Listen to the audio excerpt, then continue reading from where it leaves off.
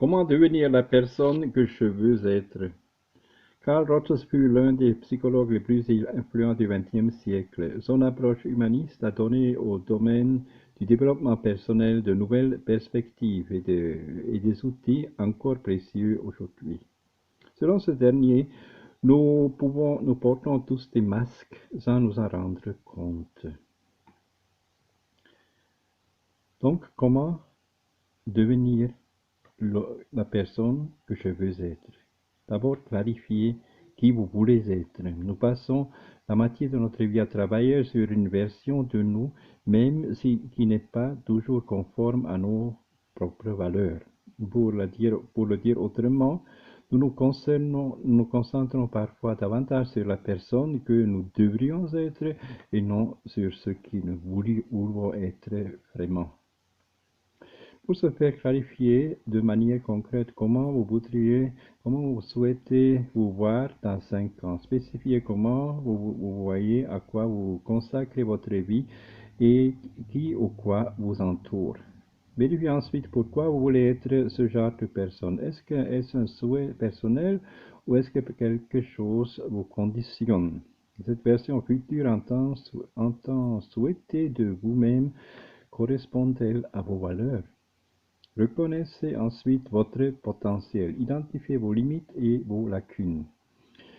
Faites le point sur votre potentiel et vos lacunes. Avez-vous les aptitudes et les compétences nécessaires pour façonner cette future version de vous-même? Si tel est le cas, reconnaissez-les et commencez à les développer davantage, travaillez dessus. Il est par ailleurs également important d'identifier vos limites et lacunes. Vous devez être tous des masques derrière lesquels vous cachez. Ce faisant, vous pourriez percevoir en vous-même un excès de peur et d'insécurité. Quelqu'un qui a passé trop de temps à attendre la validation des autres a besoin de temps pour renforcer sa valeur intérieure. Ensuite, éveillez vos forces psychologiques. Vos émotions, vos pensées, vos actions doivent être en phase pour atteindre vos objectifs. Tout votre être doit s'orienter vers ces objectifs vitaux qui, pour vous, protègent votre bonheur.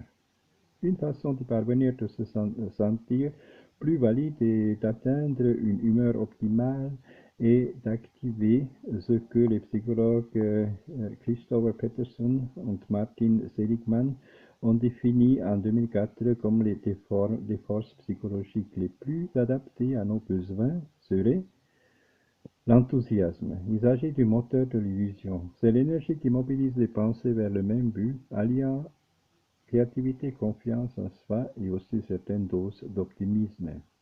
L'engagement. Développer un engagement ferme euh, envers nous-mêmes et envers nos objectifs est la clé du succès. La signification. Tout ce que nous faisons, pensons et ressentons doit avoir un sens, une fin. Rien de ce que nous faisons ne doit être le fruit du hasard. La transcendance. Appliquer la transcendance signifie avoir un but et vouloir aspirer à l'excellence. Ce concept est lié à ce sommet dont parlait Abraham Maslow dans sa théorie des besoins humains, celui dans lequel on aspire à la réalisation de soi. Et ensuite, acceptez vos peurs. Elles font partie du processus de transformation. Un autre aspect décisif pour devenir ce que nous voulons être est de reconnaître et d'accepter nos peurs. Il ne sert à rien de les cacher ou de nier leur présence. Personne ne commence l'aventure la plus décisive de sa vie sans crainte.